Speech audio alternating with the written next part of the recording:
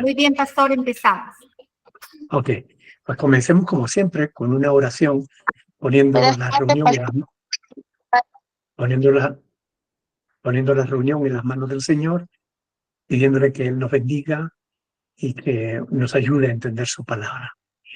Padre del cielo, te damos muchísimas gracias, Señor, por la oportunidad que nos das cada domingo de poder congregarnos a través de las redes sociales y poder meditar en tu palabra, Señor, poder escudriñarla sabiendo que ella es lámpara a nuestros pies, es lumbrera a nuestros caminos, y queremos rogarte que tu Espíritu Santo ilumine también nuestra mente, de modo que podamos comprender tu palabra y ponga en nosotros el deseo, esa inquietud constante de llevarla a la práctica, porque queremos agradarte en todo, Señor, tú lo sabes. Es el deseo de nuestro corazón conocer tu palabra para agradarte a ti, Señor, porque sabemos que tu voluntad para nuestras vidas es buena, es agradable y es perfecta. Llévate tú la gloria y la honra y bendice a las personas que no van a poder estar, pero a los que puedan estar, también bendícenos, Señor, a todos a través del estudio de tu palabra. Háblanos a cada uno en particular, te lo pedimos en el nombre de nuestro Señor Jesucristo. Amén. Amén. Muy bien, hermanas, están entonces preparadas para el estudio de la palabra del Señor, que hoy tenemos que meditar en los pasajes del Evangelio de Juan, capítulo 3, versículos del 31 al 36. Juan, capítulo 3, versículos del 31 al 36. Veo que nuestra hermana Nura también se ha conectado. Gloria a Dios. Bendito sea el Señor. Muy bien. Leemos la palabra del Señor. Gloria a Dios. Leemos la palabra del Señor. Dice el pasaje de hoy que el que de arriba viene es sobre todos. El que es de la tierra es terrenal y cosas terrenales habla. El que viene del cielo es sobre todos. Y lo que vio y oyó, esto testifica. Y nadie recibe su testimonio. El que recibe su testimonio, atestigua que Dios es veraz. Porque el que Dios envió, las palabras de Dios habla. Pues Dios no da el Espíritu por medida. El Padre ama al Hijo y todas las cosas ha entregado en su mano. El que cree en el Hijo tiene vida eterna. Pero el que rehúsa creer en el Hijo no verá la vida, sino que la ira de Dios estará sobre él. Hasta aquí la palabra del Señor. Muchas veces cuando estamos leyendo un pasaje de las Escrituras, tenemos que volver un poco atrás para ver de qué es lo que está ocurriendo, es decir, qué es lo que está sucediendo, qué es lo que la palabra de Dios nos está transmitiendo. Recordemos que Juan el Bautista está hablando con sus discípulos que se quejaban de que Jesús y los discípulos de Jesús bautizaban y bueno, de alguna manera se estaban llevando, los seguidores de Juan se los estaba llevando Jesús. Y ellos estaban preocupados por eso y fueron a Juan a quejarse. Y esto que acabamos de leer, este pasaje que acabamos de darle lectura ahora, es parte de la conversación que Juan tiene con sus discípulos. Por eso estas palabras tienen un mayor peso, mis hermanos, porque es el Evangelio. El Evangelio predicado por el último de los profetas, como Jesús dijera en Mateo 11, versículo 13. Yo quiero que vengan conmigo y lo lean. Mateo capítulo 11, versículo 13. Porque siempre es bueno respaldar todo lo que decimos con las Sagradas Escrituras para que no sean palabras humanas, que vuestra fe no esté basada en la palabra que yo digo, sino que esté basada en la palabra de Dios. Mateo capítulo 11, versículo 13, dice, porque todos los profetas y la ley profetizaron hasta Juan. Estas son palabras del Señor Jesús. Es el mismo quien dice que Juan fue el último de los profetas. Ahora, estudiemos entonces las palabras de Juan el Bautista acerca del Mesías prometido, porque él está hablando de Jesús. Recuerden que le está respondiendo a sus discípulos sobre que se quejaban de Jesús, ¿no? Y Juan les está respondiendo. Y les dice, El que de arriba viene es sobre todos. Esta es una clara alusión al origen celestial de Cristo. Cristo viene de arriba, por lo que Juan considera que está por encima de él. Jesús también dio testimonio de esta verdad, de que él desciende del cielo. Por ejemplo, en Juan 3:13, ya lo habíamos visto, dice, nadie subió al cielo, sino el que descendió del cielo, el Hijo del Hombre que está en el cielo. Y bueno, hay otros pasajes como Juan capítulo 6, versículo del 48 al 50, también habla de que él descendió del cielo. Ahora, Juan sigue diciendo, el que es de la tierra es terrenal y cosas terrenales habla. El que viene del cielo es sobre todos. La repetición que Juan hace en este versículo es una característica de la literatura hebrea. Recuerden que ellos dicen una cosa y después la repiten de otra manera para enfatizarla. Están queriendo darle importancia a lo que Juan está diciendo, a lo que le está comunicando a sus discípulos, que Jesús es superior, que es normal que la gente le siga a él, que Cristo viene del cielo y él es terrenal. Así que Juan está corrigiendo a sus discípulos diciéndole que ellos estaban hablando cosas terrenales, pero que Cristo es celestial. Por eso las palabras de Cristo también son celestiales y él es sobre todos. Hay muchos pasajes en el Nuevo Testamento que lo dejan absolutamente claro. Por ejemplo, Pablo afirma que Jesús está sentado en los lugares celestiales, dice, sobre todo principado y autoridad y poder y señorío, y sobre todo nombre que se nombra no solo en este siglo, sino también en el venidero. Eso está escrito en Efesios capítulo 1, versículos del 15 al 23. Y también está escrito, estando en la condición de hombre, se humilló a sí mismo haciéndose obediente hasta la muerte y muerte de cruz, por lo cual Dios lo exaltó hasta lo sumo. Es decir, lo ha puesto por encima de todos, para que todos se arrodillen delante del Señor. Está en Filipenses capítulo 2 del 9 al 11. El Señor Jesús ha sido exaltado sobre todos. Por eso tiene la preeminencia sobre toda la creación. Es decir, Él está por encima de toda la creación, no solo de Juan el Bautista, sino de todos los seres humanos que han existido, que existen o que existirán. Él está por encima de todo, porque nosotros somos parte de la creación, y Él está por encima de la creación, por encima de toda la creación.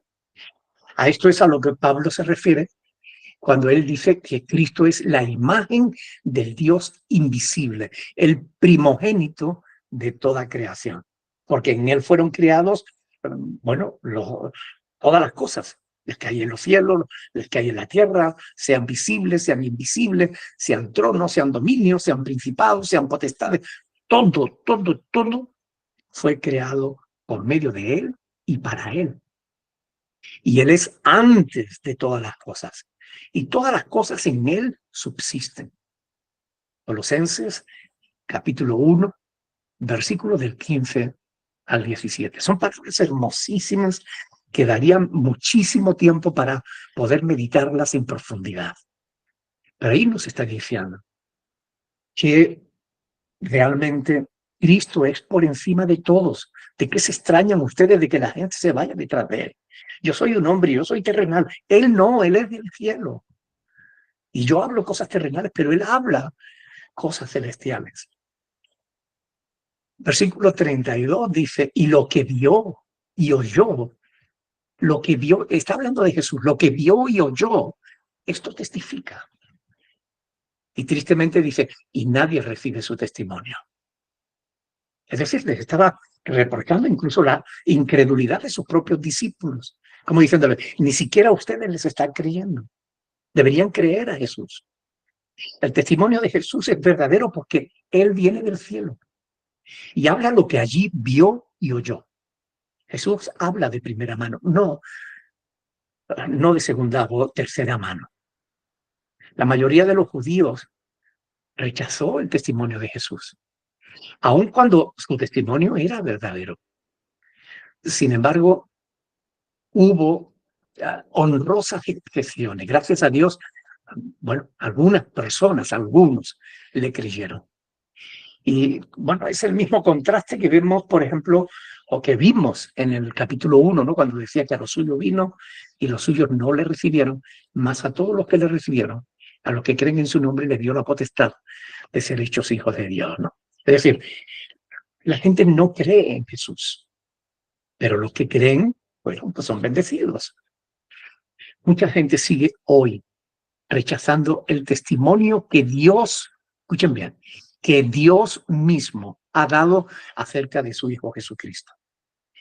Quien no cree en Jesús está haciendo a Dios mentiroso. Vengan conmigo, por ejemplo, en 1 de Juan capítulo 5. 1 de Juan capítulo 5. Quiero que leamos este pasaje, porque es muy claro lo que dice el apóstol Juan aquí. 1 de Juan capítulo 5, versículos del 10 al 12.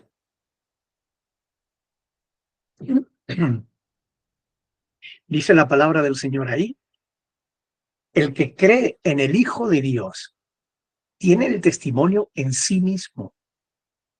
Y el que no cree a Dios, el que no cree a Dios, le ha hecho mentiroso, porque no ha creído en el testimonio que Dios ha dado acerca de su Hijo. Y este es el testimonio, que Dios nos ha dado vida eterna.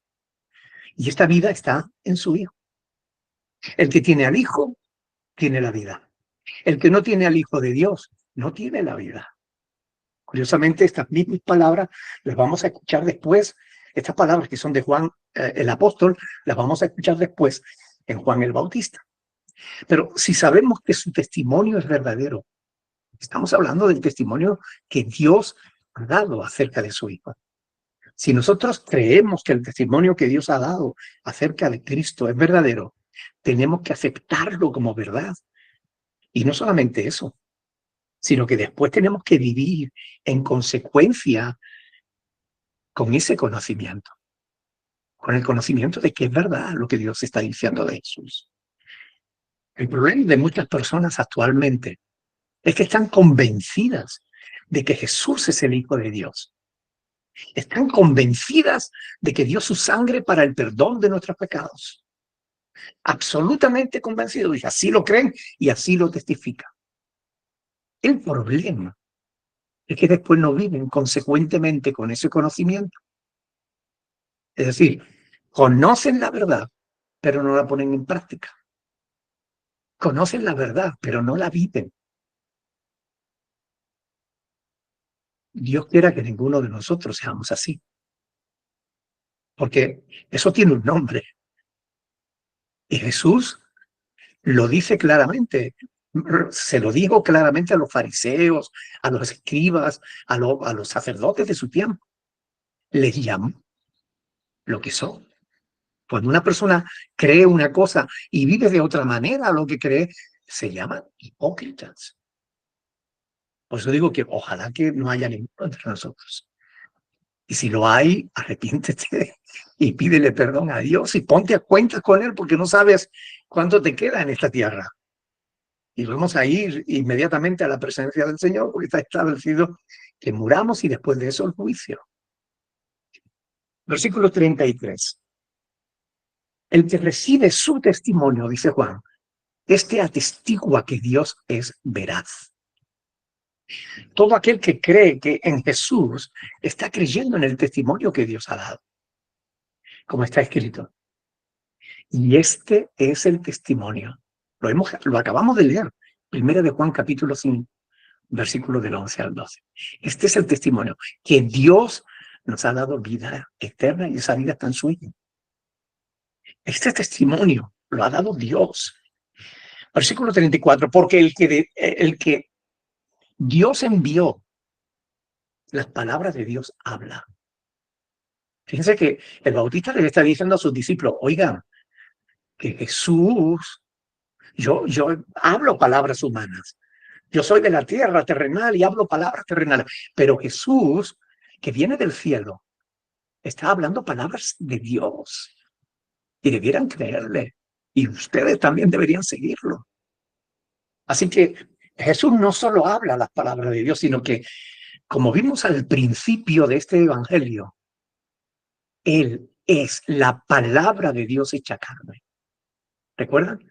Como está escrito en Juan 1:14, y aquel verbo, aquella palabra, fue hecho carne y habitó entre nosotros y vimos su gloria, gloria como del unigénito Hijo del Padre, lleno de gracia y de verdad. Hebreos capítulo 1 dice que Dios, habiendo hablado muchas veces y de muchas maneras en otro tiempo a los padres por los profetas, en estos postreros días nos ha hablado por el Hijo, a quien constituyó heredero de todo y por quien asimismo hizo el universo. Hebreos capítulo 1, versículos del 1 al 2. Quiero que vengan conmigo a Juan capítulo 8. Nos vamos a adelantar un poquito en el estudio solamente para ver una cosa aquí. En Juan capítulo 8, versículo 28. 8:28.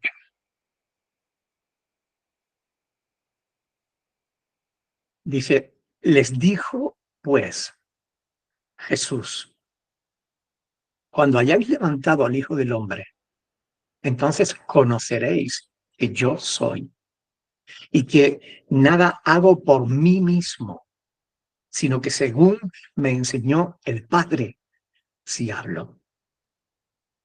Hermanos, podemos estar seguros de que Jesús, las palabras de Jesús, eran las palabras de Dios, porque Jesús es Dios. Pero debemos aplicar eso también a nosotros mismos. Y voy a explicar esto. Todo lo que oímos, creemos y seguimos a Jesús, también debemos hablar las palabras de Dios. Es más, lo dice el apóstol Pedro claramente en 1 de Pedro 4:11. Si alguno habla, hable conforme a las palabras de Dios. Y qué importante es esto. Que no hablemos de nuestro propio corazón.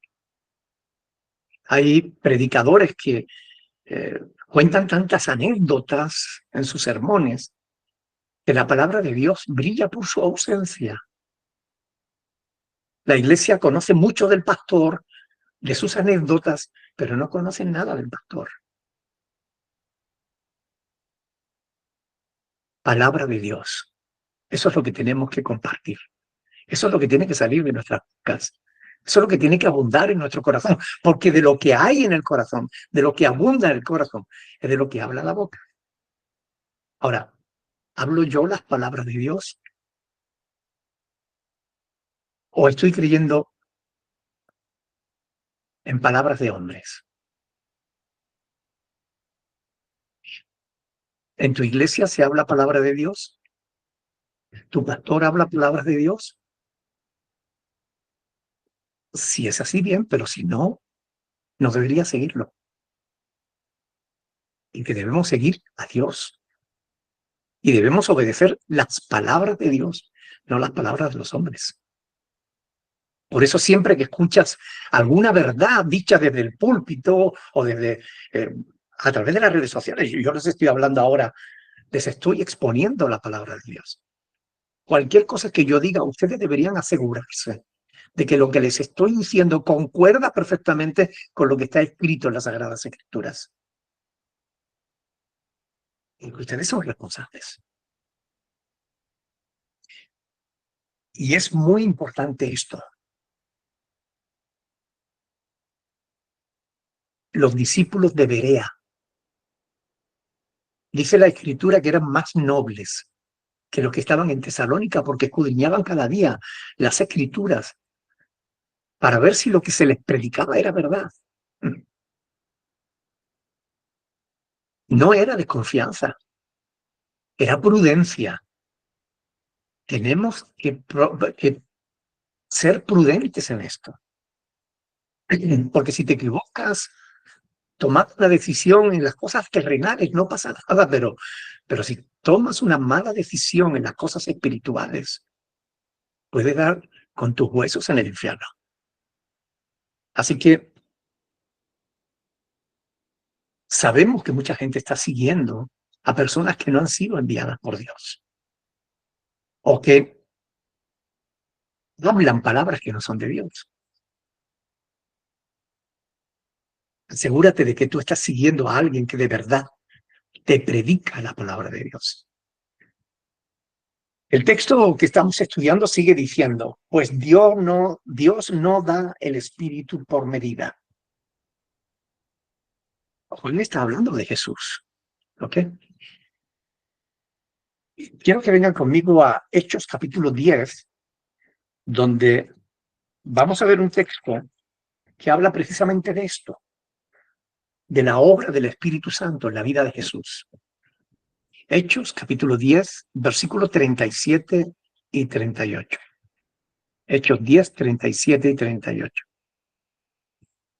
Dice, vosotros sabéis lo que se divulgó por toda Judea, comenzando desde Galilea, después del bautismo que predicó Juan.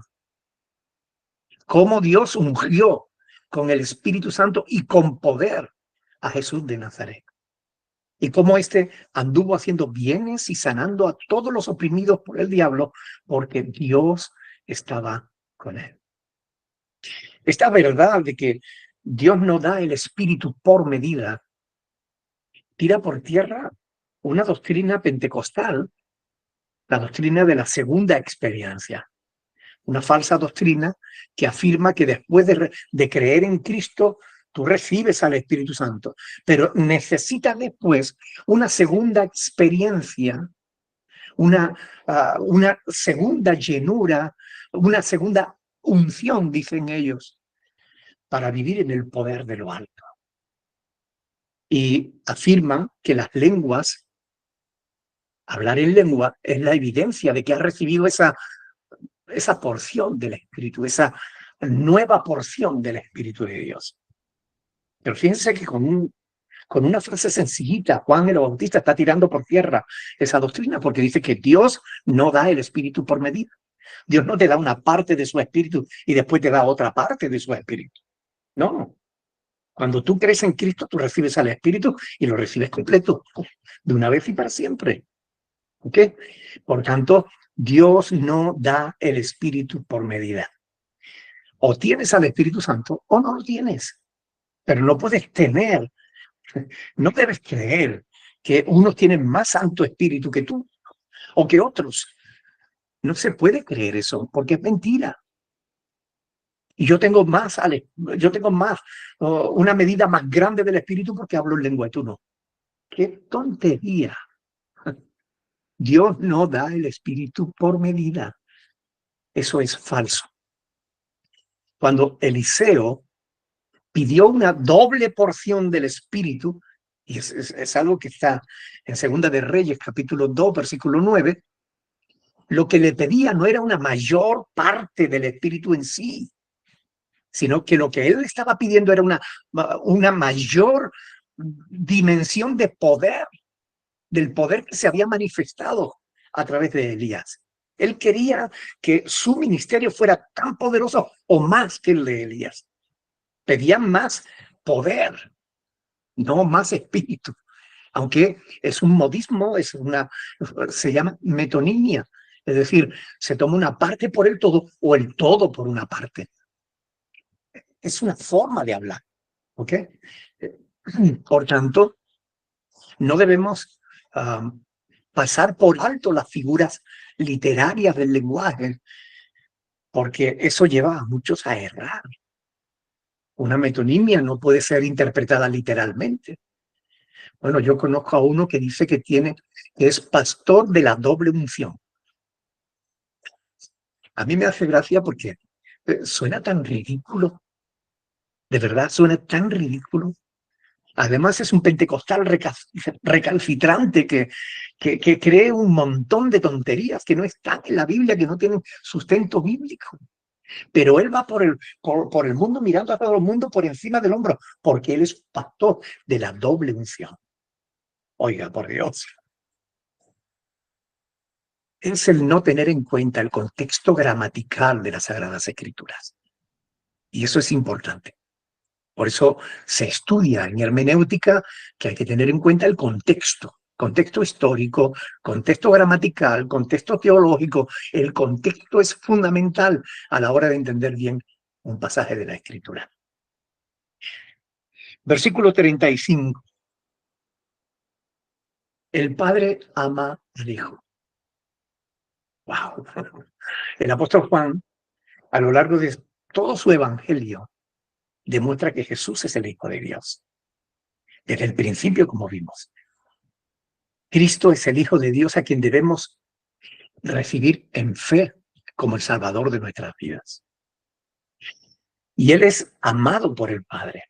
El otro Juan, el Bautista, lo sabe bien. Por eso lo está diciendo aquí. Porque oyó a Dios dando testimonio de esta verdad. Cuando en el bautismo de Jesús se abrieron los cielos y desde allí sonó una voz atronadora diciendo: este es mi Hijo amado, en quien tengo complacencia. Mateo capítulo 3, versículo 17. Este es mi Hijo amado. Dios ama al Hijo. Y damos gracias a Dios que nos permite por fe en Jesús ser adoptados también nosotros como hijos de Dios. Lo cual demuestra que también Dios nos amó a nosotros. Por lo cual sabemos que Él se agradaba de nuestras vidas. ¿O no? Bueno, ¿se agradará de ti? ¿Se agradará Dios de mí? Dependerá de cómo entendemos y cómo vivimos la fe. Quiero que vengan conmigo a Efesios, capítulo 1. Efesios, capítulo 1. Versículos del 3 al 5.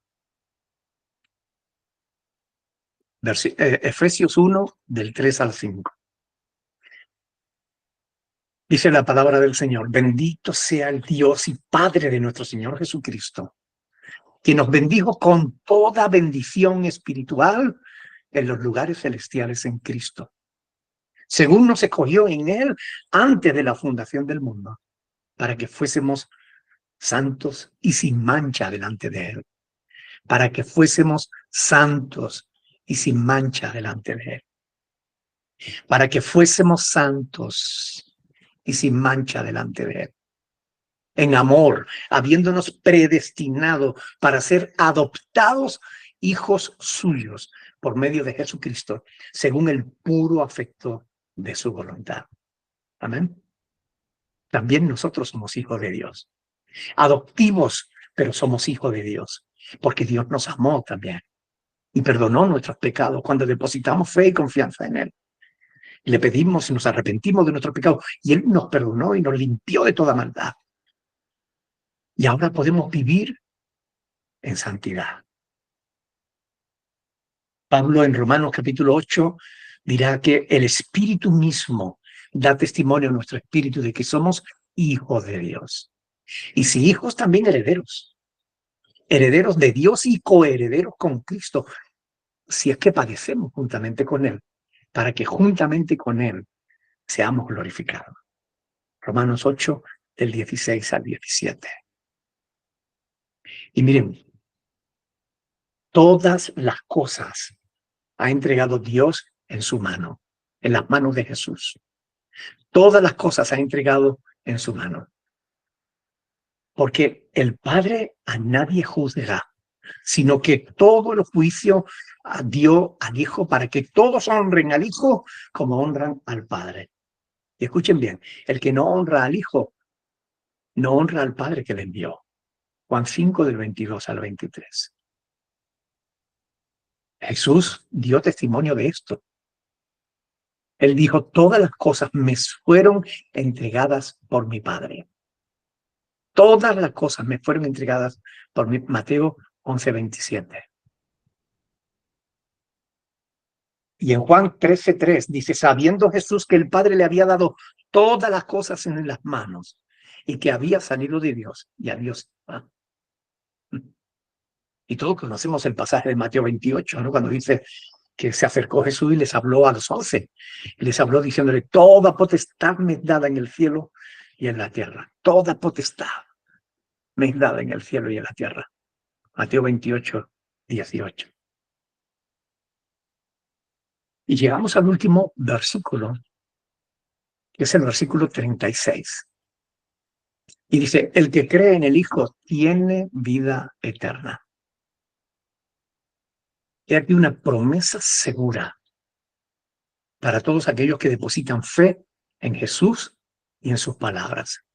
Y esto demuestra que también la vida eterna está en su mano, en las manos de Jesús. A quien Él quiere da vida y a quien Él quiere se la quita. ¿Ok? Porque Él es el que tiene todas las cosas. Y es fundamental que entendamos que la vida eterna se da a aquellos que permanecen, que depositan su fe permanente en el Hijo de Dios. No hay otro modo de alcanzar la salvación. Ustedes saben, no hay otro modo, sino solamente en Cristo. Porque no hay otro nombre bajo el cielo dado a los hombres en quien podamos ser salvos. Solamente en Cristo. Hechos 4:12. Y a continuación, Juan el Bautista va a hablar, va a mostrar la otra cara de la moneda. Si bien ha dicho que el que cree en el Hijo tiene vida eterna, a continuación muestra el contraste entre los que deciden creer y aquellos que se rehúsan a creer. Por eso dice, pero el que rehúsa creer en el Hijo, ¿qué dice ahí? No verá la vida, sino que la ira de Dios está sobre él. Y este versículo bien puede servir como un resumen del capítulo 3. No verá la vida. Ahora, déjenme explicarle esto para que nadie se confunda con las falsas doctrinas adventistas de que el que muere queda, desaparece y ya está, y se acabó. No, no, no, no. No verá la vida no significa que permanecerá muerto, sino que no verá la vida eterna, la vida gloriosa con Cristo. No va a disfrutar de la gloria de Dios, no va a heredar el reino de Dios. ¿Ok? Pablo lo explicó en Romanos capítulo 3 cuando dijo que, pero ahora aparte de la ley, se ha manifestado la justicia de Dios testificada por la ley y los profetas. La justicia de Dios por medio de la fe en Jesucristo. Para que todos los que creen en Él, porque no hay diferencia, por cuanto todos pecaron y están destituidos de la gloria de Dios. De modo que el que cree en Cristo tiene vida eterna, pero el que rehúsa creer acaba destituido de la gloria de Dios. Los que se mantienen en el pecado serán destituidos de la gloria de Dios. Resucitarán, ojo, resucitarán, pero para ser condenados a perpetuidad. Quiero que vengan conmigo a Daniel, capítulo 12. Daniel, capítulo 12, versículo 2. Daniel, capítulo 12, versículo 2.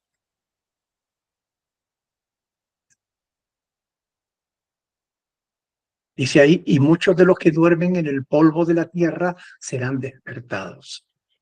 Unos para vida eterna y otros para vergüenza y confusión perpetua. No significa que el que no cree en Cristo, porque no quiere creer en Cristo, simplemente va a quedar muerto, va a desaparecer y ya está. No, no, no, no. Oiga, también resucitará. Pero para ir al lago de fuego, hacerle compañía al diablo y al anticristo y a los que no han querido creer en el Señor Jesús. Pero este pasaje deja bien claro que todos vamos a despertar de la muerte. Ayer, sí, hoy es domingo, sí, ayer. Ayer en el centro penitenciario, en Lanzarote, un chico me preguntaba, ¿de verdad hay vida después de la muerte? Y le dije, sí, hay vida después de la muerte. Jesús dijo, yo soy la resurrección y la vida. El que cree en mí, aunque esté muerto, vivirá. Quiere decir que no va a quedar muerto, volverá a la vida. Y todo aquel que vive y cree en mí no morirá eternamente. Es decir, no va a permanecer muerto. Y Jesús preguntó, ¿crees esto? Y yo te pregunto, ¿crees esto? Y él dijo, sí, lo creo. Gloria a Dios. Juan capítulo 11, versículo del 25 al 26, ahí está escrito. No hay vida más allá de la muerte. Pero el final de cada uno dependerá de la decisión que haya tomado con relación a Jesús. Si ha decidido creer en Cristo, tendrá vida eterna. Disfrutará del reino de Dios y de las glorias que Dios está preparando para nosotros. Pero el que rehúsa creer, no solo no verá la vida eterna, la vida gloriosa, sino que la ira de Dios estará sobre él. Así que Juan 3:36 deja claro que Dios demanda, ordena que el ser humano crea y obedezca su palabra. Que el hombre deposite fe, confianza en Dios y en lo que Él dice, si es que quiere obtener la vida perpetua. Este pasaje muestra el hecho de que Dios otorga libre albedrío al ser humano. Dios permite que tú tomes la decisión que quieras tomar. Pero después no te quejes. Porque, escuchen bien, hay un pasaje que dice en las Escrituras que la insensatez del hombre tuerce su camino y luego contra el Señor se irrita su corazón. Así es el necio. Solo se arrepiente cuando ya es demasiado tarde. Dios te ha dado libertad para que tú decidas si quieres creer en el testimonio que Dios ha dado acerca de su Hijo o si quieres rehusar creer. Allá tú. Pero debes ser conocedor de las consecuencias de una cosa y de la otra. Porque nosotros podemos escoger las decisiones, pero no podemos escoger las consecuencias de las decisiones. Las consecuencias de cada decisión vienen con cada una de ellas. Pero este es uno de los pasajes, Juan 3:36, es uno de los pasajes más importantes en la lucha contra las falsas doctrinas calvinistas sobre la elección o predestinación arbitraria de Dios. Estas palabras chocan frontalmente con las ideas modernas también de un Dios de puro amor, incapaz de enojarse y mucho menos de condenar a alguien por más vil que sea. Esas imágenes que nos presentan, imágenes falsas de Dios, no debemos creer en eso. Muchos predicadores hoy hacen caso omiso de las advertencias bíblicas que procuran advertirnos, llamarnos la atención para que no caigamos en el infierno al final. Y ellos suavizan sus sermones porque quieren que todo el mundo entienda que Dios es amor, no te preocupes, tú haz lo que quieras porque Dios es bueno, Dios perdona, Dios... Mentira. Y Dios es bueno, es verdad. Pero también es verdad que Dios es justo. Y no sería justo si al que cree y obedece, lo bendice, y al que rehúsa creer y es un rebelde, lo bendijera también. No sería justo. Pero Dios es justo. No hay que suavizar la verdad. Si la verdad molesta, que moleste. La verdad. Y la molestia que causa la verdad siempre va a ser menor que el daño que provoca la mentira. Porque la Escritura deja claro que Dios quiere que todos sean salvos. Pero solo lo van a hacer aquellos que obedezcan, que crean y obedezcan las palabras del Señor. Igual no se refiere al que no crea o desobedezca en un momento determinado. No, sino al que se mantiene en una actitud de continua incredulidad y continua rebeldía. Ese, porque puede que en un momento determinado todos hayamos sido incrédulos. Todos en un momento determinado hemos sido rebeldes. Pero cuando reflexionamos decimos, no me conviene ser ni incrédulo ni rebelde. Nos arrepentimos y nos convertimos a la fe de Cristo. Pero el que se mantiene en incredulidad, el que se mantiene en rebeldía, ese más le valiera atarse una rueda de molino al cuello y arrojarse a lo profundo del mar, diría Jesús. Así que a nosotros nos toca decidir hoy a quién creeremos, quién obedeceremos. ¿Recuerdan las palabras de Josué? Ahora pues temed a Jehová y servirle. Servirle con integridad y en verdad. Y quitad entre vosotros los dioses a los cuales sirvieron vuestros padres al otro lado del río y en Egipto. Y sirvan a Jehová. Y si mal os pareciere servir a Jehová, escogeos hoy a quien queráis, a quien sirváis. Josué capítulo 24, del 14 al 15. Pero déjame decirte algo. Dejar la decisión para más tarde es una mala idea. Porque en realidad es una manifestación de incredulidad y de rebeldía. Dicho de otro modo, la indecisión en sí misma es una decisión fatal que te puede condenar. Está escrito en Deuteronomio 30, versículo 19.